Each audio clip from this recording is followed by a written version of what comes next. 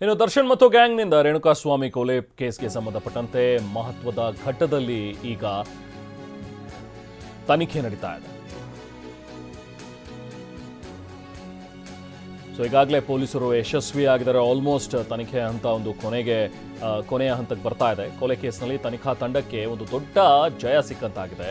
ಯಾಕಂದ್ರೆ test identification parade ಅನ್ನ ಪೊಲೀಸರು ನಡೆಸಿದ್ರು.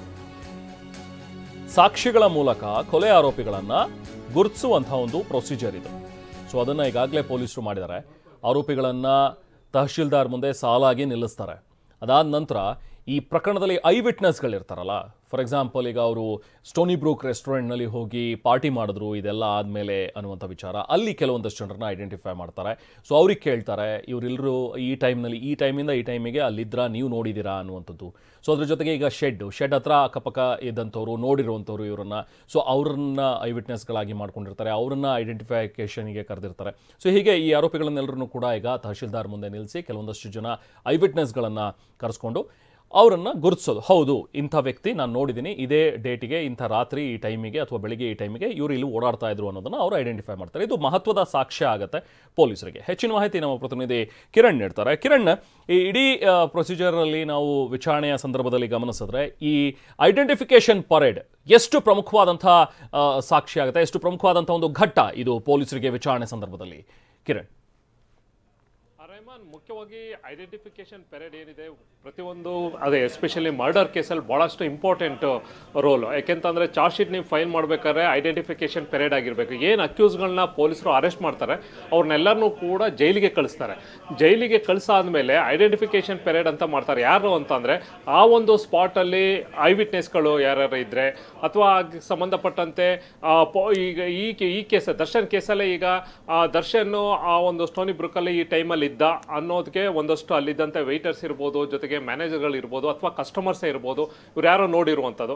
ಅದ ನಂತರ ಅಲ್ಲಿಂದ ಮತ್ತೆ ಮೂವ್ಮೆಂಟ್ ಆದಾಗ ಅಲ್ಲಿ ಯಾರೋ ರಸ್ತೆಯಲ್ಲಿ ನೋಡಿರುವಂಥದ್ದು, ಅಥವಾ ಶೆಡ್ಡಿಗೆ ಏನು ರೇಣುಕಾಸ್ವಾಮಿ ಏನು ಕೊಲೆ ಆಗ್ತಾನೆ ಆ ಶೆಡ್ಡಲ್ಲಿ ಇದ್ದಂಥ ಸೆಕ್ಯೂರಿಟಿ ಗಾರ್ಡ್ ಇರ್ಬೋದು, ಕೆಲವೊಂದಷ್ಟು ಯಾರು ಬೇರೆ ಯಾರೋ ಐ ವಿಟ್ನೆಸ್ ಅಲ್ಲಿದ್ದ ಕೆಲಸ ಮಾಡ್ತಾ ಇರೋರು ಇರ್ಬೋದು. ಆಮೇಲೆ ಜೊತೆಗೆ ಬಾಡಿಯನ್ನು ಡಿಸ್ಪೋಸ್ ಮಾಡಬೇಕಂದಾಗ ಅಲ್ಲಿ ಈ ಒಂದು ಕೇಸಲ್ಲಿ ಒಂದು ಸೆಕ್ಯೂರಿಟಿ ಗಾರ್ಡ್ ಇರ್ತಾನೆ, ಝೊಮ್ಯಾಟೋದನ್ನ ಯಾರೋ ಒಬ್ಬ ಎಂಪ್ಲಾಯ್ ಇರ್ತಾನೆ, ಈಗ ರಸ್ತೆಯಲ್ಲಿ ಓಡಾಡ್ತಿದ್ದವರು ಒಂದಷ್ಟು ನೋಡಿರುವಂಥವ್ರು. ಅವ್ರನ್ನೆಲ್ಲರನ್ನೂ ಕೂಡ ಏನು ಮಾಡ್ತಾರೆ, ತಹಸೀಲ್ದಾರ್ ಮುಂದೆ, ಅಂದರೆ ತಹಸೀಲ್ದಾರ್ ಜೊತೆಲ್ಲ ಜೈಲಿಗೆ ಹೋಗ್ತಾರೆ. ಏನು ಪೊಲೀಸ್ ಅಧಿಕಾರಿಗಳು ತಹಸೀಲ್ದಾರ್ನ ಕರ್ಕೊಂಡು ಜೈಲಿಗೆ ಹೋಗ್ತಾರೆ.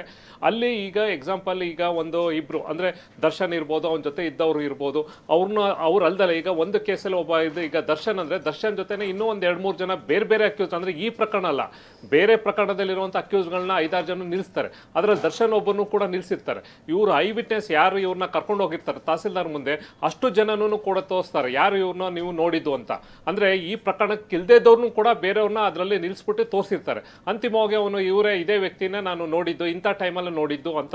ಅವಾಗ ಆ ಒಂದು ಹೇಳಿಕೆ ಇರ್ಬೋದು, ಆ ಒಂದು ಐಡೆಂಟಿಫಿಕೇಶನ್ ಪೆರೇಡ್ ಇರ್ಬೋದು, ಭಾಳಷ್ಟು ಇಂಪಾರ್ಟೆಂಟ್ ಆಗುತ್ತೆ. ಅದು ಕೋರ್ಟಲ್ಲೂ ಕೂಡ ಆತ ಬಂದು ಹೇಳುವಂಥದ್ದಾಗಿರ್ಬೋದು. ಇನ್ನು ಅದಲ್ಲದೆ ಪ್ರತಿಯೊಂದಲ್ಲಿ ಈಗ ಬಾಡಿ ಡಿಸ್ಪೋಸ್ ಮಾಡೋದು ತುಮಕೂರಲ್ಲಿ ಇದ್ದಾರೆ, ಅವ್ರು ಸರೆಂಡರ್, ಅವ್ರನ್ನೂ ಕೂಡ ಬೇರೆ ಜೊತೆಲಿ ಒಬ್ಬರ ಜೊತೆಗೆ ಇನ್ನೊಂದು 4-5 ಜನ ಸೇರಿಸ್ಬಿಟ್ಟು ನೋಡ್ತಾರೆ. ಅಂದರೆ ಐಡೆಂಟಿಫಿಕೇಶನ್ ಇವನೇ ನಾ ನೋಡಿ ಅಂತ. ಹಾಗಾಗಿ ಅವನು ಇದ್ದಂಥ ಅಕ್ಯೂಸ್ಡ್ ಇದ್ದಂಥ ಟೈಮ್ ಇರ್ಬೋದು, ಆ ಸ್ಪಾಟ್ ಇರ್ಬೋದು, ಎಲ್ಲವೂ ಕೂಡ ಈಗ CCTV ಕ್ಯಾಮ್ರಾಗಳು ನಮಗೆ ಟೆಕ್ನಿಕಲ್ ಎವಿಡೆನ್ಸ್ ಆಗಿ ಸಿಗುತ್ತೆ. ಆದರೂ ಕೂಡ ಈ ಒಂದು ಐಡೆಂಟಿಫಿಕೇಶನ್ ಪೆರೇಡ್ ಇದೆಯಲ್ಲ, ಅದು ಭಾಳ ಇಂಪಾರ್ಟೆಂಟು. ಈ ಒಂದು ಪ್ರಕರಣದಲ್ಲಿ ಕೂಡ ದರ್ಶನ್ ಪ್ರಕರಣದಲ್ಲಿ ಸಾಕಷ್ಟು ಜನ ಈ ಒಂದು ಐ ವಿಟ್ನೆಸ್ಗಳಿದ್ದಾರೆ. ಐಡೆಂಟಿಫಿಕೇಶನ್ ಪೆರೇಡ್ ಕೂಡ ಸಕ್ಸಸ್ಫುಲ್ ಆಗಿದೆ ಅನ್ನೋ ಒಂದು ಇನ್ಫಾರ್ಮೇಶನ್ ಸಿಕ್ಕಿದೆ Rema. Okay, thank you Kiran.